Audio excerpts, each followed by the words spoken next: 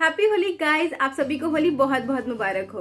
तो गाइज, क्योंकि होली का त्यौहार है और अगर त्योहारों के टाइम पर मीठा नहीं खाए तो फिर क्या मजा। तो इस होली मैं आप सभी के लिए लेकर आई हूँ मालपुए की रेसिपी, जो कि एक्सट्रीमली डिलीशियस होता है और चाहे बड़े हो या बच्चे, ये सभी को बहुत पसंद आता है। तो चलिए फटाफट से हम सीख लेते हैं इसे हम कैसे बना सकते हैं। और इसके लिए let's visit to my kitchen and explore.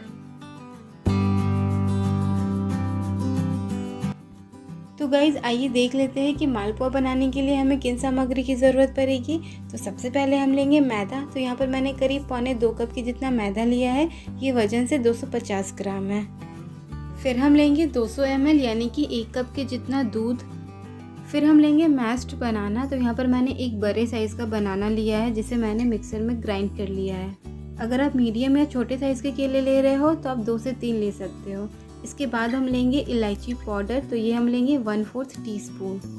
फिर हम पिसी हुई काजू लेंगे। तो यहाँ पर मैंने 1/4 कप यानी कि 25 ग्राम काजू लिया, जिसे मैंने ओवरनाइट सोक किया और उसका पेस्ट तैयार कर लिया। आप काजू को हाफ एन आवर के लिए गर्म पानी में भी सोक करके उसका पेस्ट तैयार कर सकते हो। इसके बाद हम लेंगे फेनल सीड्स यानी कि सौंफ 1/4 टीस्पून। फिर हम लेंगे अपने पसंद के ड्राई फ्रूट्स। तो यहाँ पर मैंने काजू और किशमिश लिया है 2 बड़े चम्मच, और मैंने इन्हें छोटे टुकड़ों में कट कर लिया है। इसके बाद हम लेंगे 1/8 टीस्पून बेकिंग सोडा। फिर हम लेंगे 1.5 टेबलस्पून देसी घी। इसके बाद हम लेंगे 1 टेबलस्पून चीनी, और अंत में 1.5 टेबलस्पून नारियल का बुरादा यानी कि डेसिकेटेड कोकोनट।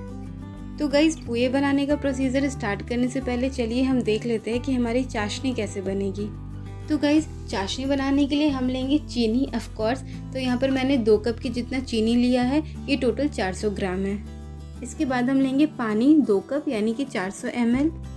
फिर हम सैफरॉन यानी कि केसर लेंगे। तो हम इसके कुल 10 से 15 स्ट्रिंग्स लेंगे, और इनके अलावा हाफ टीस्पून इलायची पाउडर यानी कि कार्डेमम पाउडर लेंगे। तो गाइस चलिए सबसे पहले हम मालपुए के लिए चाशनी तैयार कर लेते हैं। तो गाइस, चाशनी बनाने के लिए सबसे पहले हम कढ़ाई के अंदर पानी डालेंगे। तो यहाँ पर मैं 2 कप यानी कि 400 ml पानी डाल रही हूँ। आपको ये ध्यान रखना है कि आप चीनी और पानी की क्वांटिटी सेम रखेंगे। इसके बाद मैं 400 ग्राम इसमें चीनी डाल रही हूँ। तो अब हम इसे चलाएंगे। गाइस, कॉन्टिन्यूसली तो नहीं, पर बीच बीच में हम इसे चलाते रहेंगे। गाइस, यहाँ पर हमें 1 तार या 2 तार की चाशनी नहीं बनानी है, बल्कि इसे थिक कंसिस्टेंसी का बनाना है। ये हल्का गाढ़ा और चिपचिपा सा हो जाए, हमें बस इसे इतना ही पकाना है।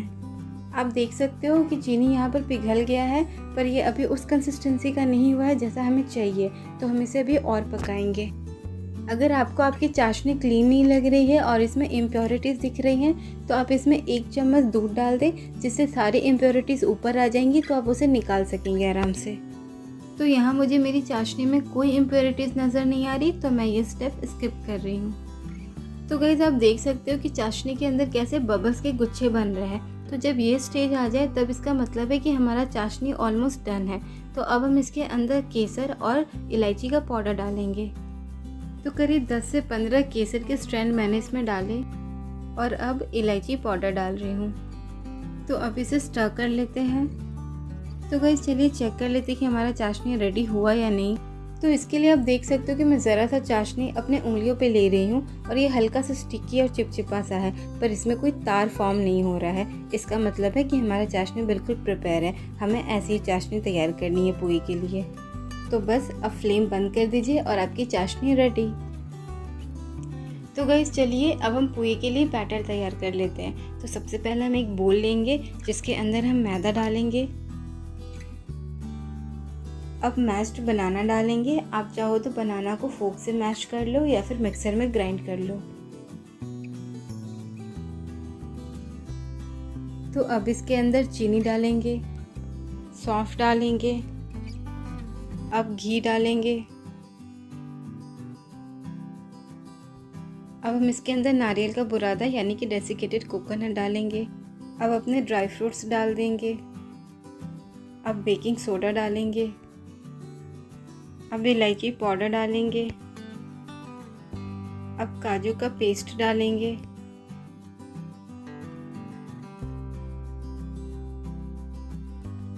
तो अब हम इसे मिक्स कर लेंगे।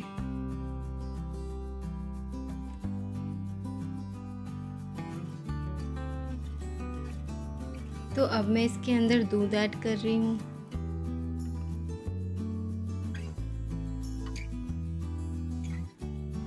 तो अब हम इसे अच्छी तरह से मिलाएंगे। तो अब हम इसमें पानी ऐड करेंगे और एक स्मूथ फ्लोई बैटर तैयार करेंगे।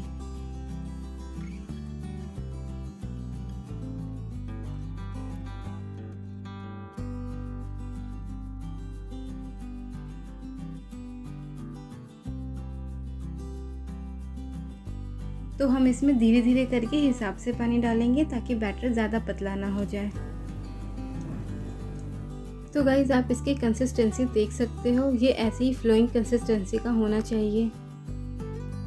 एंड गाइज़ बैटर में कोई लम्प्स नहीं है, जो हमने ड्राई फ्रूट्स डाला है बैटर के अंदर वही दिख रहा है। तो गाइज़ कढ़ाई हमारी गर्म हो गई है, तो अब मैं इसके अंदर घी डाल रही हूँ। आप चाहे तो इसे रिफाइंड ऑयल में भी बना सकते हैं, पर घी में बनाएंगे तो और ज़्यादा टेस्टी बनेगा। तो गाइस घी प्रॉपरली गर्म है या नहीं ये चेक करने के लिए हम ज़रा सा बैटर घी के अंदर डालेंगे। आप देख सकते हो कि बैटर के अराउंड काफ़ी सारे बबल्स आ गए हैं, इसका मतलब हमारा घी प्रॉपरली गर्म हो गया है। अगर घी ज़्यादा गर्म हो गया है तो आप पहले इसे हल्का कूल डाउन करेंगे और फिर पुए को तलेंगे। तो गाइस अब मैं इसके अंदर बैटर पोर कर रही हूँ, आप देख सकते हो। और ध्यान रहे गाइस कि आप एक साथ ढेर सारे पुए ना तलें, बल्कि कढ़ाई में जितनी जगह हो उतने ही पुए डालें, जिससे कि हमारे पुए टूटे ना और प्रॉपरली बन पाए। तो मैं यहाँ पर एक साथ 3 पुए तल रही हूँ। तो गाइस हम इसे दोनों साइड से गोल्डन ब्राउन होने तक पकाएंगे और फ्लेम हम लो पर रखेंगे। तो अब हम इसे पलट लेते हैं।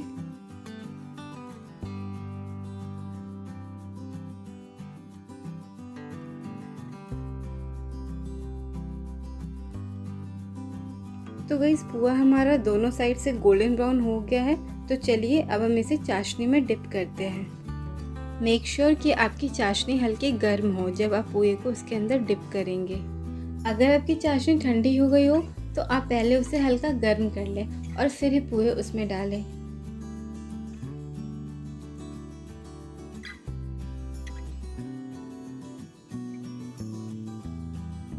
तो गाइस अब हम पुए को अच्छी तरीके से चाशनी के अंदर डिप करेंगे एंड मिनिमम 5 मिनट के लिए हम इसे शुगर सिरप के अंदर रहने देंगे, ताकि पुए चाशनी को अच्छी तरीके से एब्जॉर्ब कर ले एंड चाशनी पुए के अंदर प्रॉपरली आ जाए।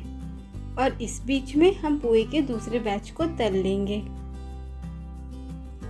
तो गाइस 5 मिनट हो गए हैं इसे चाशनी में डाले हुए, तो चलिए अब हम इसे निकाल लेते हैं। तो गाइस आप देख सकते हो कि पुआ कितना खूबसूरत और कितना डिलीशियस दिख रहा है। लग रहा है ना कि एक साथ ही सारे के सारे खा लूं। तो गाइस इसी तरीके से हम पुए के सारे बैचेस तैयार कर लेंगे। तो गाइस चलिए अब हम इसकी प्लेटिंग कर लेते हैं। तो आप सभी इस होली मालपुए ज़रूर बनाना अपने घरों पर और इसी तरीके से बनाना। मुझे यकीन है आप सभी को बहुत पसंद आएगा, क्योंकि जो भी इंग्रेडिएंट हमने इसके अंदर यूज़ किए हैं गाइस आप समझ ही गए होंगे कि कितना यमी बना होगा। तो चलिए अब मैं बादाम से इसकी गार्निशिंग कर देती हूँ।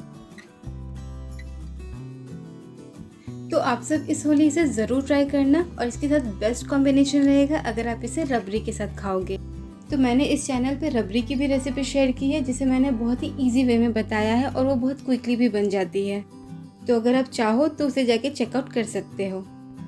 और अगर आप सभी को मालपुए की रेसिपी पसंद आई हो तो इसे थम्स अप देना ना भूलें और साथ ही साथ मुझे कमेंट सेक्शन में लिखकर ज़रूर बताएं कि आप सभी को ये रेसिपी कैसी लगी।